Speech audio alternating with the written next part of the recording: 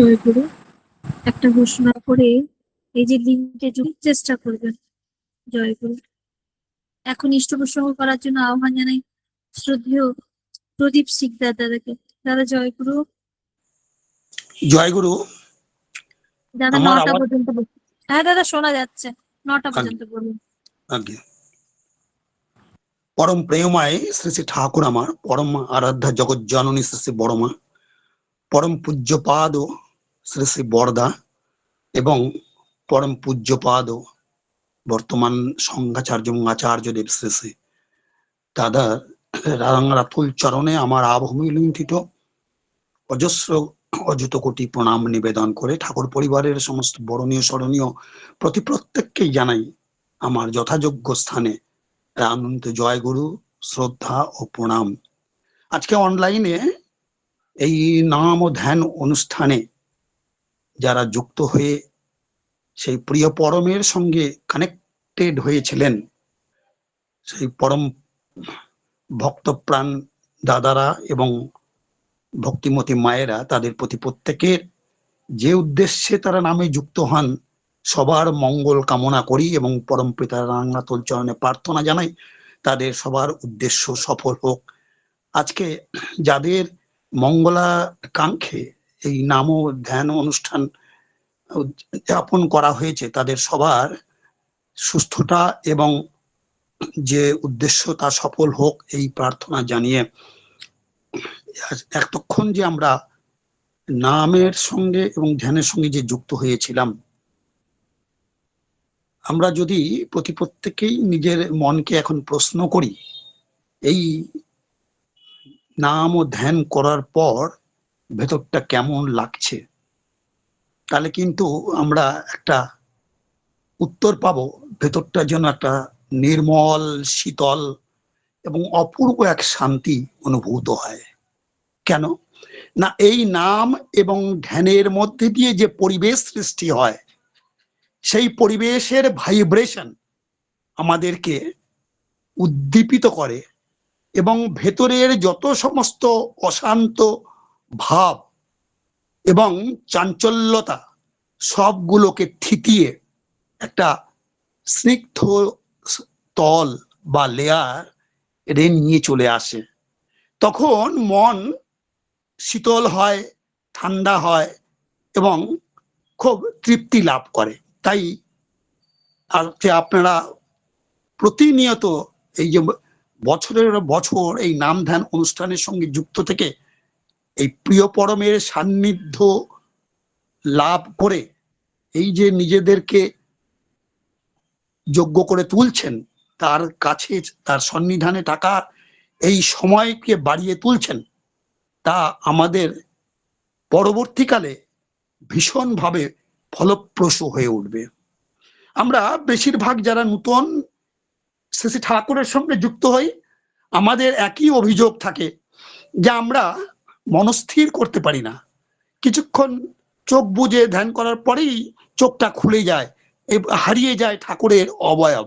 ধ্যান কিভাবে করতে হয় আমরা যারা পুরনো তারা তো প্রত্যেকেই জানি, নতুন যারা তারাও ঋত্বিকের কাছ থেকে আমরা শুনে মোটামুটি অভিজ্ঞ হয়ে উঠেছি যে আমাদের সুখাসনে বসে মেরুদণ্ড সোজা রেখে আজ্ঞাচক্রে শ্রী ঠাকুরের অবয়বকে চিন্তা করে আমরা তাকে এই ধ্যানের মধ্যে ধরে রাখা এবং তার সেই কর্মগুলোকে চিন্তা করা, এই চিন্তা এবং মননের মধ্যে দিয়ে আমাদের মনের যে স্থিতাবস্থা আসে।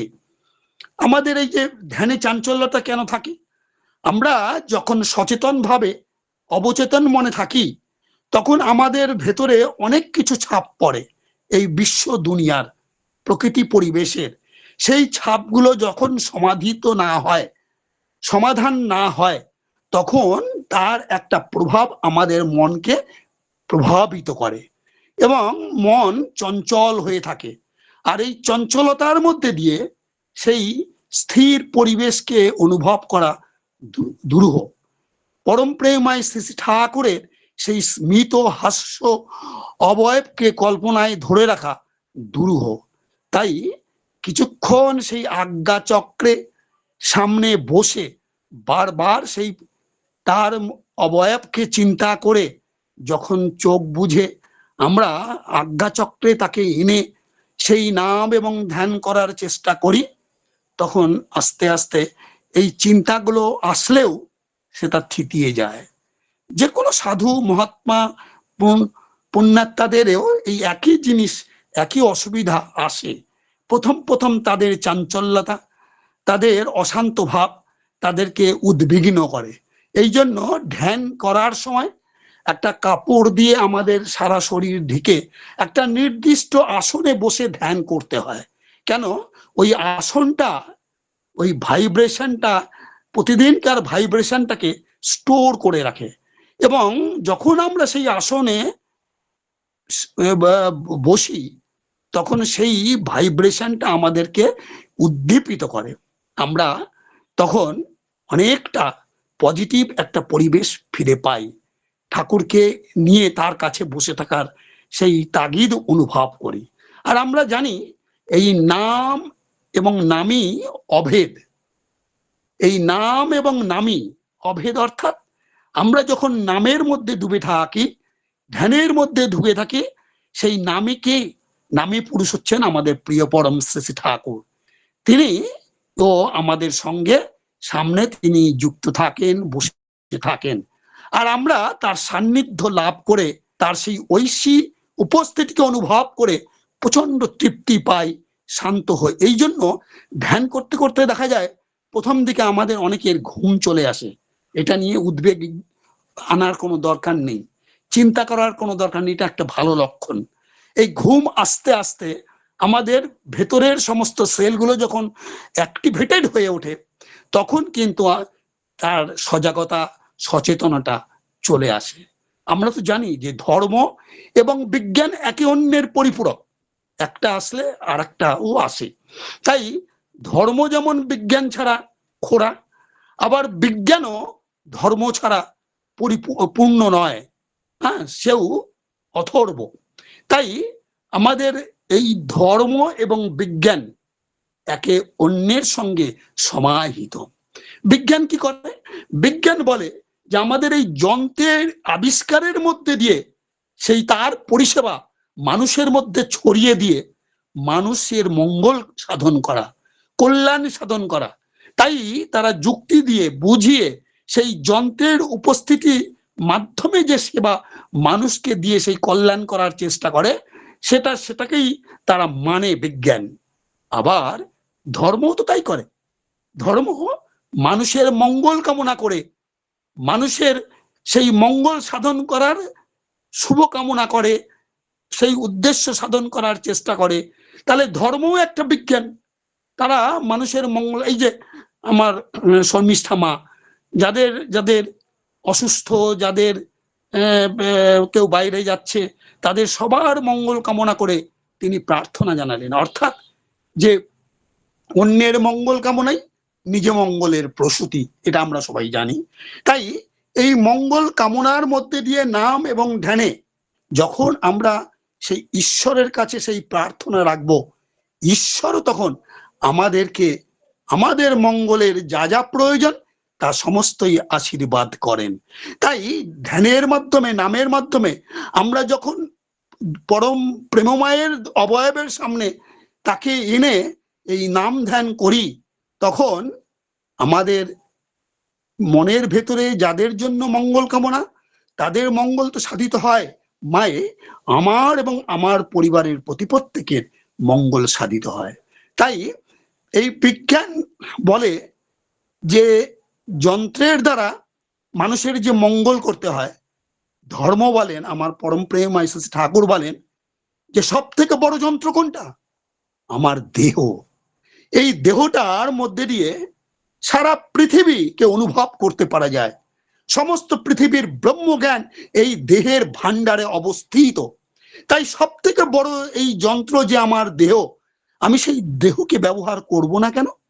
ধর্ম আমাদের তাই শেখায় এই দেহকে কি করে সচেতন করে তোলা যায়, কর্মঠ করে তোলা যায়, তেজোদ্দীপ্ত করে তোলা যায়, তা এই নাম এবং ধ্যানের মধ্যে দিয়েই ঠাকুর আমাদের করে কর্মে করিয়ে দেখিয়ে গিয়েছেন। এই ধ্যানের মধ্যে দিয়ে আমরা জানি যে আমাদের মূলাধার হয়ে, স্বাধিষ্ঠান হয়ে, মণিপুর হয়ে অনাহত এবং বিশুদ্ধাক্ষাকে স্পর্শ করে আজ্ঞা চক্রে আমাদেরকে এনে দেয়। এবং এই আজ্ঞা চক্রে যখন প্রিয় পরমকে আমরা কল্পনা করি, তখন ডাইরেক্ট তার সঙ্গে আমাদের সংযোগ হয় এবং আমরা তার আশীর্বাদ ধন্য হয়ে এই নাম ও ধ্যানের মধ্যে দিয়ে আমরা সম্বর্ধিত হই, বেঁচে ও বেড়ে উঠি, আমাদের আয়ু বৃদ্ধি হয়। ঠাকুর বলেন এই নাম এবং ধ্যানের মধ্যে দিয়ে আমাদের রোগ ব্যাধিও সারানো যায়। অর্থাৎ কুষ্টিয়াতে ঠাকুর নাম হাসপাতাল সৃষ্টি করেছিলেন, আর এই নাম হাসপাতালের মধ্যে দিয়ে, নাম এবং ধ্যানের মধ্যে দিয়ে যে সমস্ত মুমূর্ষ রোগী, তাদের যে দেহটা, সেটাও তো একটা বিরাট যন্ত্র, তাকে ছুঁয়ে নাম ও ধ্যান করতে বলতেন আমাদের সমস্ত সেই সময়কার ভক্ত দাদাদের। আর তারা সবাই মিলে যখন সেই দেহকে ছুঁয়ে নাম এবং ধ্যান করতেন, তখন সেই নামের ভাইব্রেশন সেই দেহের যে লিবিডো অর্থাৎ প্রাণন শক্তি। প্রাণন শক্তি কি না, আমি আবার ব্যাক করে চলে আসি যে আমাদের এই দেহ মধ্যে থাকে হচ্ছে প্রাণ। এই দেহকে পরিচালনা করে প্রাণ শক্তি। প্রাণ না থাকলে এই দেহ কিন্তু নিথর এক পাথর, এর কোনো মূল্য নেই। আবার এই প্রাণকে পরিচালনা করে কে? মন। মন দিয়ে আমার দেহে যে প্রাণ আছে আমি তা অনুভব করতে পারি। যখন মন, আমার প্রাণ দেহে থাকে না, তখন মনেরও কোনো অস্তিত্ব থাকে না। তাই এই মন দিয়েই আমার দেহে যে প্রাণ আছে আমি সেটাকে অনুভব করতে পারি। আর এই মনকে আবার পরিচালনা করে কে? বুদ্ধি। যখন আমার বুদ্ধি মনের সঙ্গে যুক্ত হয়, তখন আমি মন, প্রাণ এবং দেহের সমান্তরাল উপস্থিতি অনুভব করতে পারি। তাই এই বুদ্ধি যদি সরে যায়, তখন কিন্তু আমরা কাউকে উপভোগ করতে পারি না। যেমন ধরুন, আমার কোথাও বসে আমার মনটা বাড়ির দিকে চলে গেছে, বা অন্য কোথাও সিরিয়ালের দিকে পড়ে আছে, তাহলে তখন কি আমি আমার এই দেহে প্রাণ আছে বা বুদ্ধি আছে অনুভব করতে পারবো? না, মোটেই নয়, কারণ আমার মনটা তো অন্য জায়গায় যুক্ত। তাহলে মন এবং দেহ এবং প্রাণ এবং বুদ্ধি যখন একসঙ্গে সমান্তরাল ভাবে উপস্থিত থাকবে, তখন আমার এই দেহ যন্ত্রটা সক্ষম হয়ে উঠবে, তেজোদ্দীপ্ত হয়ে উঠবে, এবং এই দেহের মধ্যে দিয়ে সেই আজ্ঞা চক্র থেকে আমাদের যে ব্রেনে সহস্রা চক্র আছে, সপ্তম অবস্থান, সেই সহস্রা চক্রের যে সেন্টার পজিশনে থ্যালাসামিয়া বলে যে পজিশন থাকে, সেই থ্যালাসামিয়া পজিশনের যে নিউরন, তাকে উদ্দীপ্ত করে আমাদের নানা রকমের এনজাইমকে নির্গত করে। আর সেই এনজাইমগুলো, বন্ধু এনজাইম, আমাদের শিরা উপশিরার মধ্যে দিয়ে বাহিত হয়ে আমাদের সারা দেহ যন্ত্রকে সক্ষম করে তোলে। তাই এই সহস্রা চক্রে পৌঁছানোর জন্য সেই নাম এবং ধ্যানকে আমাদের শরীরের মূলাধার থেকে আজ্ঞা চক্র হয়ে সেখানে পৌঁছাতে প্রয়োজন। আর সেইটা করার জন্যই এই বুদ্ধি, মন, প্রাণ এবং দেহকে একই সমান্তরালে অবস্থান করা প্রয়োজন। আর এইটা কখন সম্ভব হয়? যখন আমার চৈতন্যকে আমি অনুভব করতে পারবো। চৈতন্যটাকে, চৈতন্যটাই হচ্ছে আমার পরম পুরুষ, পরম প্রেমময় শ্রী শ্রী ঠাকুর। আমার ভেতরে যখন দেহ, প্রাণ, মন এবং বুদ্ধি উদ্দীপ্ত হয়ে তার সঙ্গে কানেক্ট হবে, তখন আমার ভিতরের চৈতন্য উদয় হবে। আর এই চৈতন্যের উদয়ের ফলেই আমার সেই মৃত্যুকে আমি জয় করতে পারবো। আমার ভেতরে সেই সচেতনতা অধিষ্ঠান করবে বহু বহু দীর্ঘ সময় ধরে। আমি আমার বিভিন্ন জন্মের কি অবস্থান, সেগুলোকেও মনে রাখতে পারবো। তাই এই লিবিডোর কে উদ্দীপ্ত করার মধ্যে দিয়েই আমাদের সেই চৈতন্য বিকাশ ঘটে। আর এই চৈতন্যই হচ্ছে পরম প্রেমময় শ্রী শ্রী ঠাকুর। তাই সেই চৈতন্য সবার মধ্যে উপস্থিত। তাহলে কি আমি বলতে পারি যে সবার মধ্যেই সেই ঠাকুর অবস্থিত? হ্যাঁ, একদিক দিয়ে এই চৈতন্যের মধ্যে দিয়ে আমরা সবাই মানুষ, তাই আমাদের সবার মধ্যে দিয়েই শ্রী শ্রী ঠাকুর অবস্থান করেন। কিন্তু আবার এই চৈতন্যে যখন আমাদের বুদ্ধি, মন এবং প্রাণ বিভিন্নভাবে বিরাজ করে এবং তার একমুখীনতা থাকে বা থাকে না, সেই অনুযায়ী আমার লিবিডো বা আমার চৈতন্য বিকাশ করবে কিনা, ঠাকুর সেখানে বিরাজ করবে কিনা তা নির্ভর করে। সেই জন্যই আমাদের প্রয়োজন এই চৈতন্যের মধ্যে দিয়ে আমাদের সেই মন, প্রাণ, বুদ্ধি এবং দেহকে উদ্দীপিত রাখা, সক্ষম রাখা। আর এইটা যখন প্যারালাল ভাবে আমাদের মধ্যে বিরাজ করে, তখন আমরা মুখ দিয়ে যা বলি তাই ফলপ্রসূ হয়। আমরা যাকে ছুঁয়ে নাম করি সেই উদ্দীপিত হয়, তার লিবিডো জাগরিত হয়।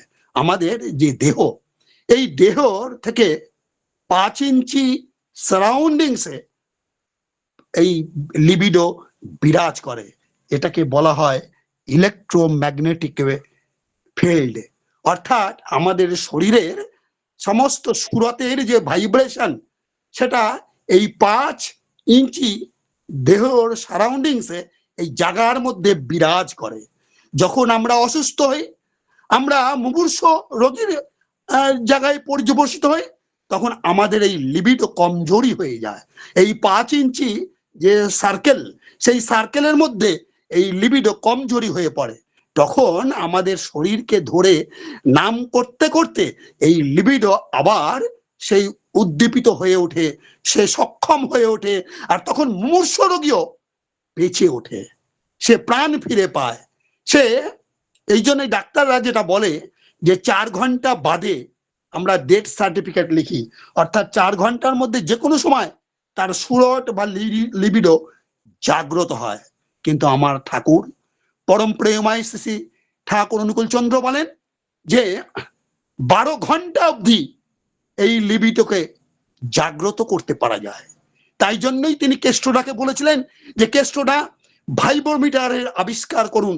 এই ভাইব্রোমিটার দিয়ে কার লিবিডো দুর্বল, কার লিবিডো সক্ষম তা যাচাই করে তাকে সেই নাম মেডিসিনের মধ্যে দিয়ে তার চিকিৎসা করা যায়। আর এই নাম হাসপাতালকে যদি আমরা সত্যিকারেরই সচল করতে পারি, তাহলে কোনো হাসপাতাল, কোনো ডাক্তার, কোনো চিকিৎসার প্রয়োজন পড়বে না। আমাদের এই দেহযন্ত্র সক্ষম হয়ে আমাদের এক অভূতপূর্ব নিরাপত্তা এনে দেবে। আমরা দীর্ঘমেয়াদী বর্ধিত আয়ুর অধিকারী হব। আমরা 100 বছর, 120 বছর অবধি বেঁচে থাকতে পারবো। তাই এই নাম এবং ধ্যানের শক্তি এতটা। আর এই নাম এবং ধ্যান ঠিক ভাবে করার মধ্যে দিয়ে আমার সঙ্গে আমার প্রভুর দর্শন হয়। সেই জন্য যখন আমরা ইষ্টভীতি করতে বসি, ইষ্টভীতি করার আগে আবারও 15 মিনিট থেকে আধ ঘন্টা এই নাম এবং ধ্যান করতে হয়। কেন না, এই নাম এবং ধ্যানের মধ্যে দিয়ে পরম প্রেমময় আমার সঙ্গে কানেক্ট হন। আর যখন তিনি আমার সঙ্গে যুক্ত হন, তখন আমি সেই ভোরবেলায় যখন তাকে আমি আমার ইষ্টভীতি নিবেদন করি, তিনি হাত পেতে তা গ্রহণ করেন। এইভাবেই আমার ইষ্ট দর্শন হয় সেই ব্রাহ্ম মুহূর্তে, অতি প্রত্যুষে। তাই সেই ইষ্টভীতি করবার আগে, সঠিক ইষ্টভীতি করবার জন্য আমাদের আগে নাম এবং ধ্যানময় হয়ে প্রিয় পরমকে আহ্বান করতে হয়। এবং প্রিয় পরম যখন আমার সঙ্গে যুক্ত হন, আমার সেই আজ্ঞা চক্রে তিনি অধিষ্ঠান করেন, তখন আমি যদি ইষ্টভীতি করি, সেই ইষ্টভীতি হয় সঠিক। আর এই ইষ্টভীতি সঠিক হওয়ার মধ্যে দিয়ে যে কোনো প্রতিকূল পরিস্থিতিকে আমি জয় করে ফেলতে পারি। আমার কোনো বিপদ আপদ অকাল মৃত্যু আমার স্পর্শ করতে পারবে না। তাই সেটা করার জন্য প্রয়োজন আমার সঠিক ইষ্টভীতি।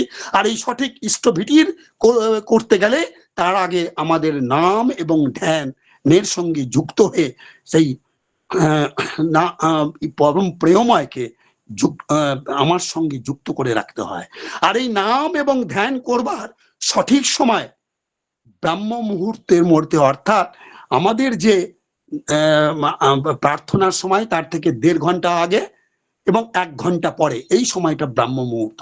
তাই 3:30 থেকে 4টে বা 4:30 এই সময়টাকে বলা হয় যোগী বা সাধু ক্ষণ। অর্থাৎ এই সময় যোগীদের বা সাধুদের ভাইব্রেশন প্রচন্ড ভাবে প্রকৃতিতে বিরাজ করে এবং প্রকৃতি থাকে নিশ্চিদ্র নিশ্চুপ এক অদ্ভুত নীরবতা মধ্যে দিয়ে।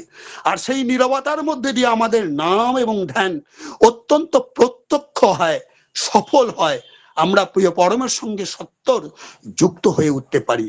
তাই সেই 3:30 থেকে 4:30 এই সময়টার মধ্যে দিয়ে প্রতিদিন এই নির্দিষ্ট সময়ে আমরা যদি নাম ধ্যান করতে পারি, যেমন এই নাম ধ্যান লিঙ্কেও সেই সময়টায় এই লিঙ্ক খোলা হয় এবং আমাদেরকে সবাইকে যুক্ত করেন।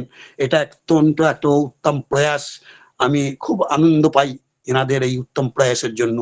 তাই আমাদের কিন্তু ওই সকাল বেলাটা নির্দিষ্ট একটা সময়কে ফিক্স করে সেই কাপড় দিয়ে নিজের সেই দেহ যন্ত্রকে আচ্ছাদন করে এক নির্দিষ্ট আসনে বসে আমরা যদি প্রতিদিন 15 থেকে 30 মিনিট বা 40 মিনিট নাম ও ধ্যান করতে পারি, সেই সময় আমরা পরম প্রেমময়কে তার উপস্থিতি অনুভব করতে পারি, তাকে দর্শন করতে পারি। আর তিনি তখন হাত পেতে আমি যখন ইষ্টভীতি করব, তিনি আমার ইষ্টভীতি গ্রহণ করেন এবং সেই ইষ্টভীতি হয় ফলপ্রসূ। এবং তার মধ্যে দিয়েই আমাদের আসে বাক সিদ্ধতা, আমাদের আসে স্বচ্ছতা, আমাদের আসে মন শুদ্ধতা, পবিত্রতা। তাই আমরা যত বেশি নামময় হয়ে উঠব, নামীর সঙ্গে যুক্ত থাকব, ততই আমাদের মধ্যে মনে আসবে শুদ্ধতা। আর এই শুদ্ধ মনের জন্য আমাদের সেই বুদ্ধিতে আসবে ব্রহ্ম জ্ঞানের আবির্ভাব, এবং এই বুদ্ধি ও চেতনা দিয়েই আমরা সেই চৈতন্যকে আবিষ্কার করতে পারবো। আর এই চৈতন্য আমাদের এনে দেয় সেই মৃত্যুকে জয় করার শক্তি। অর্থাৎ মৃত্যুকে জয় করার শক্তি কিরকম না, আমরা কোন কোন জন্মে এই যে রূপান্তর হয়েছি সেই জন্মের সমস্ত ইতিবৃত্ত তখন আস্তে আস্তে মনে পড়ে যায়। আর এটাকেই ঠাকুর বললেন, মরো না, মেরো না, পারো তো মৃত্যুকে অবলুপ্ত করো। তাই এই মৃত্যুকে অবলুপ্ত করার মাধ্যম হলো এই সঠিক নাম এবং ধ্যান। এর মধ্যে দিয়েই আমরা কিন্তু সেই সচেতনতা এবং চৈতন্যকে জাগ্রত রাখতে পারি, আমার ইষ্টের সঙ্গে সদা যুক্ত থাকতে পারি। আর দেখবেন যে ঠাকুর বলতেন, বেল গাছের কাছে যদি অনেকদিন আম গাছ থাকে, তাহলে সেই বেল গাছের গন্ধ আম গাছে চলে আসে। কেন না, বেল গাছ আম গাছকে প্রভাবিত করে, ডমিনেট করে, তাই তার সেই গন্ধটা বা সুরতটা তার মধ্যে চলে আসে। এই নেচার আমাদের প্রিয় পরমের মধ্যেও আছেন। আমরা যখন প্রিয় পরমকে সামনে রেখে যখন সেই নাম ধ্যান ইষ্টভীতি পরায়ণ হয়ে চলি, তখন তারও ভালো গুণগুলো আমার মধ্যে সংবাহিত হয়, আমি আমার ভেতরে সেই ঠাকুরত্বকে জাগিয়ে তুলতে পারি। তাই ঠাকুর প্রথমেই সত্যানুসরণে বললেন না যে তোমার ঠাকুরত্ব না জাগলে কেহ তোমার ঠাকুরও নয়, কেন্দ্রও নয়, ফাঁকি দিলেই পেতে হবে তা।